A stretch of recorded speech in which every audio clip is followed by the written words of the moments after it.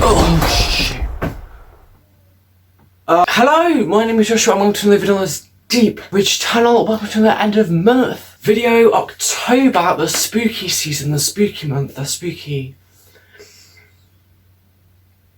Yeah, but this month I watched a lot of spooky films. So yeah, I don't really know what else to say. Let's just get started. The first film I watched this month was Rocky. This was a really fun film. I see why it's a classic. Really well shot. I like the long takes and how there's not really a lot of score for this film at all. Obviously the classic scenes have the score, like with the training montage. Then when he wins the match at the end of the film, you also get that classic theme. Those two themes are used throughout the Rocky films as well. I thought there'd be more boxing in this film as well. I thought it'd be like a really proper hard sports film, but it's not. It's about a guy who lived in not the best area and ends up becoming a celebrity. There's so many classic characters in the film as well. Apollo Creed, obviously Rocky himself, Rocky's wife. Oh shoot, I forgot her name. So overall, I think I'm gonna give Rocky a solid 9.5. This is a really good film, really good 70s film. And then I watched the follow-up, Rocky 2. This is like a straight follow-up. It continues straight after Rocky 1. And it's very interesting to see what happens after that. Obviously, Rocky and his wife, I can't remember her name, they have a baby. So that's quite interesting. And obviously, Apollo Creed and Rocky have the rematch at the end of the film, leading to Rocky ending up becoming the world champion. This is a really good follow-up, a really good ending.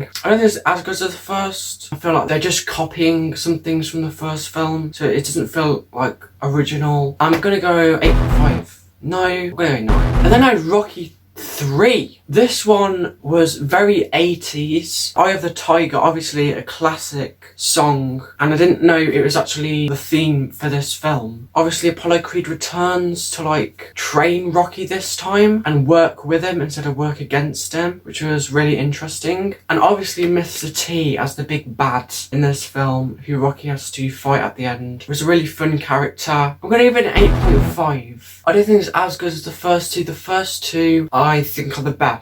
They're really solid films. Then I watched Rocky 4. This was a really shocking film, mainly because of Apollo's death. I was not expecting Apollo to straight up die in this film. That was really unexpected. The Russian guy, I can't remember his name, who fights Rocky at the end and fought Apollo Creed at the start and killed him. I don't understand how he wasn't in jail for literally killing someone on live TV. I really dislike him in this film. I dislike him even more than Mr. T. He's really not a likeable character and he deserved to get beaten by Rocky at the end. This one was such an 80s film. Constant synth music, constant 80s songs. And it just creates such a contrast between the first film, which had hardly any score at all. But yeah, this is still a really enjoyable Rocky film. I'll give it a 7.5. I really like this one. And then I skipped Rocky 5. I hadn't heard that good things about it, and I didn't want to ruin my view of the Rocky films by watching that film.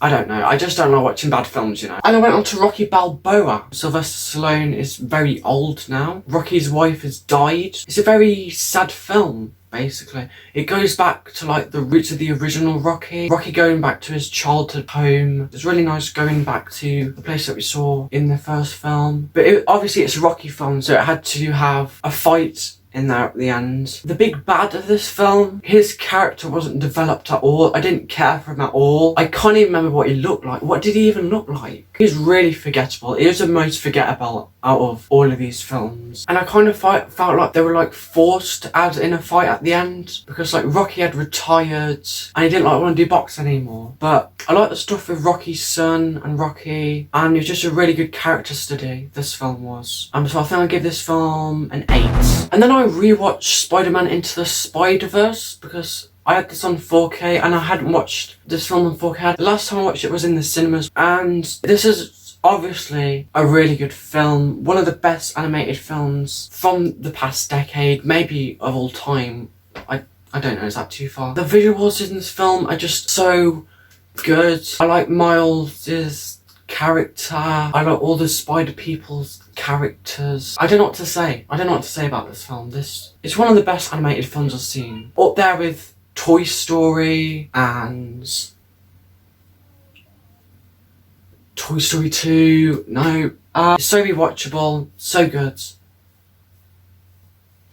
Next I watched Free Guy because it was on Disney Plus for free, so I thought I'd give it a watch because I heard pretty good things about it. This was just a really good film, some really good video game references. Obviously I'm not the biggest gamer in the world. I did not expect that Chris Evans cameo. Just really fun film about this NPC who becomes aware that he's an NPC and wants to do something about it. I also like the real world stuff, the stuff going on in the real world with like Taika Waititi's character. All in all, this was just a really just a fun film. And I think Ryan Reynolds is not like the Deadpool type that he always plays. So I give it this a 7.5. 7.5, pretty good. Pretty good. And then I finished watching What If? This show is really rocky in my opinion. Looking back on the Captain Carter episode, I thought it was not that good. It was just basically Captain America the First Avenger, but reverse roles. And then it took a bit of a dip in like the middle of the series with the Party Thor episode, and the Killmonger killing Tony Stark episode was not well paced and it ended very abruptly. But the last two episodes really made up for it. There were two really solid episodes. I thought the Zombies episode was really good.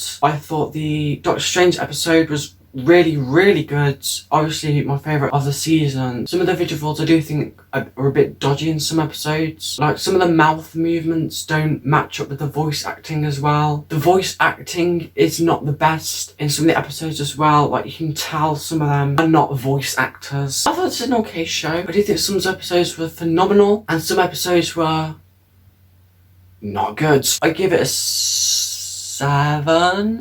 And then I watched Squid Game because everyone would not shut up about this. So I just gave in and said, okay, I'll watch it. I really enjoyed this show though. I thought it was going to be like really overhyped and it wasn't going to be that good. But it was pretty good. I do think it's slightly overrated though, because I do think it kind of has a bit of a dip. Like the first 4 episodes, I think it takes a bit of a dip. And the VIPs are introduced, they don't fit with the tone of the show. Like they're making 69 jokes. This show's been like played fairly serious up to this point. And then these VIPs come in like all clumsily and everything. I don't think it worked that well. Also, why did the VIPs like come in at like the 4th or 5th game, bro? Why didn't you come in at the start? Why did you have to come in like halfway through the Squid Game? Also, there's this subplot with a police officer who goes like undercover in this whole Squid Game area, and it's quite interesting to see what's going on behind the scenes. That subplot just went to nothing because he ends up dying in the end. I thought he was going to end up sending like the information out to the police before he died or something, but he just died. The final episode with that big twist where player number 1 was revealed to be the guy who's behind it all along and he didn't actually die. I think that takes away from the emotion of that episode because we thought he died, but to find out he wasn't the best of people. I thought it was a bit dodgy. I mean, the guy at the end, he wins all of the money, obviously because he won the Squid Games. He doesn't spend it for a year, like, why? You could have spent it on, like, the people who died families. You could have done all of this stuff, but you decided to wait a whole year to actually spend your money to help other people. I think that's kind of weird. Also, he dyed his hair. Why? I guess that's to show like he's a new person. Also, this is like the first foreign TV show I've watched as well. Obviously, I didn't watch the dub. I've seen clips of it on YouTube. Oh, about that, Grandma. Why did you get kicked out? Grandma?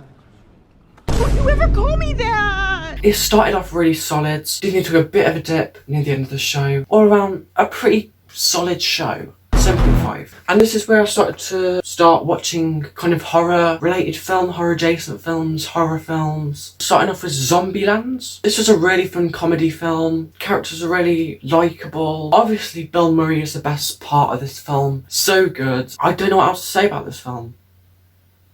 8.5. And then I watched Zombieland Double Tap. This is a really good follow-up. I really like the characters again in this film. I like the characters that are introduced. It does have some more like high intense situations. Obviously that scene where these two like guys come in on the monster truck and end up getting bit by the zombies and then turn into zombies themselves. That was a really good scene with that big long take. That was such a good scene. And obviously the Bill Murray mid-credit scene was just so good. I'm gonna give this also an 8.5. And then I watched Final Destination. I got this film on like Blu-ray for Squid. It looked interesting, so I went and got it. And this film was, it was okay. The acting is not the best. Some things are a bit confusing and some things don't make sense. But yeah, this is very much a 2000s film as well. Very 2000s in the way it's edited. I like the concept of this guy who has like a vision of him dying on this plane. He ends up getting off the plane just to realise that it's actually happened in real life, and the events that happen after that, because obviously a few people came off after him and some people blame him for it, some people think he's a psychic, some people think this, some people think that, and then death eventually takes revenge on all of these people who escaped him. Very creative deaths in this film as well, very entertaining. I think it's a really good horror film, so I give it a 7. And then I watched the absolute classic that is Halloween. This was a really good film. It constantly plays out throughout the film and it builds tension in a lot of these situations. And Michael Myers is obviously a classic villain. It's very scary in this film. He walks so slowly, but he manages to catch up with everyone so quick. Classic characters in the film as well, like Laurie Strode, obviously, Dr. Loomis. So tense, so good. I'll give it a 9.5. This is a really solid horror. And then I watched the follow-up, Halloween 2. This film was a pretty good follow-up. This is mostly based in a hospital and Laurie is not in it for most of it, which is kind of unfortunate. It's a straight follow-up from the first film. It's interesting to see what happens next after this film. There is a controversial moment in this film where it's revealed that Laurie is Michael's sister. I didn't mind it that much. I thought it was quite a pretty good twist. I thought it was very interesting and add some depth to the first film. The thing that made me laugh out loud in this film was when Dr. Loomis thinks this guy who's wearing the Halloween mask thinks it's actually Michael. He goes up to him and tries to shoot him, only for a police car to come out of nowhere and hit him and set him on fire. You've literally killed an innocent person for literally no reason, and they just brush it over like it was nothing as well. But yeah, this film was just a really good follow-up, 9 out of 10. And then I watched The Season of the Witch. Oh, sorry, Halloween 3 Season of the Witch. This is not a Halloween film. This doesn't have Michael Myers in it, so I don't class it as a Halloween film. But as a standalone film by itself, I think it's pretty good. It's really interesting with its visuals. It's got wacky visuals in this film. Some really disturbing visuals in this film. Especially when that, I think her name is Marge, she gets like shot with this laser and like her lips like go all weird and her eyes go all weird and this weird bug crawls out of her. It's really disturbing imagery. Obviously that iconic scene with this child who is wearing the silver shamrock mask gets possessed by that TV and obviously the bugs come out of him. That's disturbing. And it's really good at creating an unsettling atmosphere in the town as well, and the guy behind it all is very unsettling. Apparently they're trying to do like an anthology with the Halloween films. They're just dedicating it to Michael Myers, but obviously people didn't like that because Michael Myers had become too iconic. So then they made Halloween 4. I think it's a really solid horror film. I give it 7.5. And then I have Halloween 4, The Return of Michael Myers. This is quite interesting. I forgot to mention that in Halloween 2, Michael and Dr. Loomis were blown up, basically, and they both come back in this film. Dr. Loomis, he only suffers a scar on like his cheek.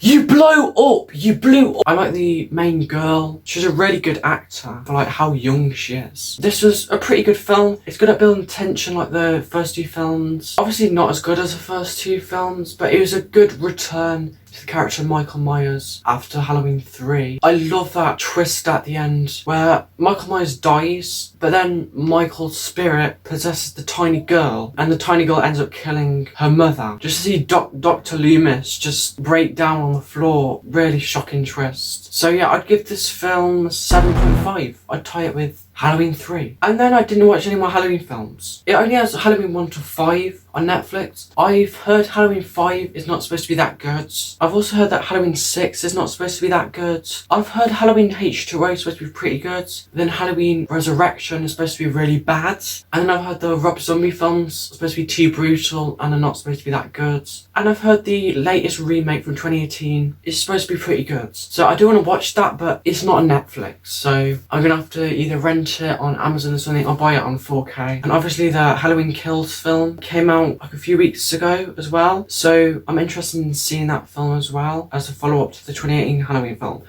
There's so many Halloween films. Next I watched Candyman.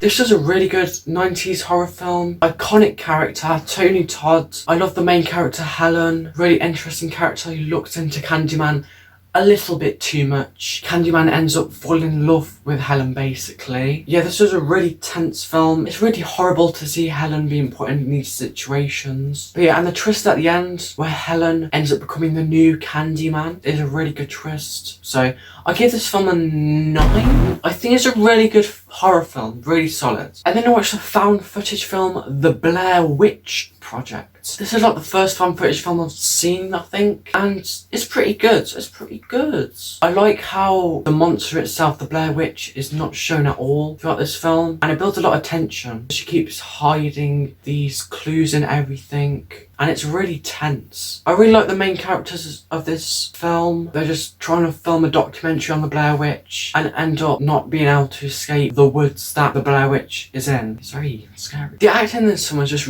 is really good as well. I picked up on how like they talk over each other as well. It gives a lot of believability to the found footage aspect of this film. I felt like it got slightly boring around the middle of the film, where like they're just like shouting, screaming and crying at each other for like a good chunk of the film. The last scene of this film is obviously iconic though, when they go into the Blair Witch's house, and obviously the final shot of the film with one of the people standing in the corner possessed, and then the camera just drops on the floor and the video just ends. It's just such an abrupt ending and like such a good cliffhanger. So I give this film an 8 out of 10. And then finally, for the spooky month of October, it's not over yet obviously, because I always record these videos before the end of October, so I'm probably gonna watch some more horror movies. I'm planning on watching the Alien films, so I expect that for my November video. But the last one I watched this month was The Fly with Jeff Goldblum.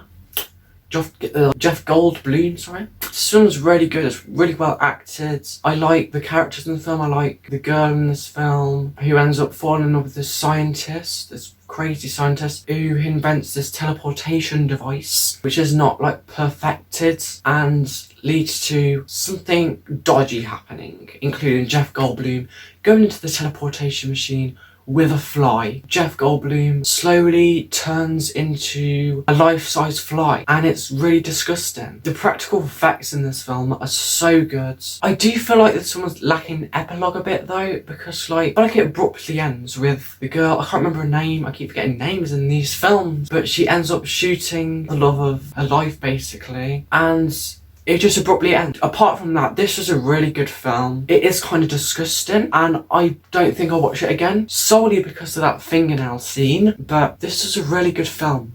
9.5 out of 10. Yeah, so that's it for October. I'm not currently watching anything so far, so I've got nothing to put in this section of the video. So I hope you enjoyed this video. If you did, please leave a like. If you didn't, please leave a dislike, and I will see you in the next video.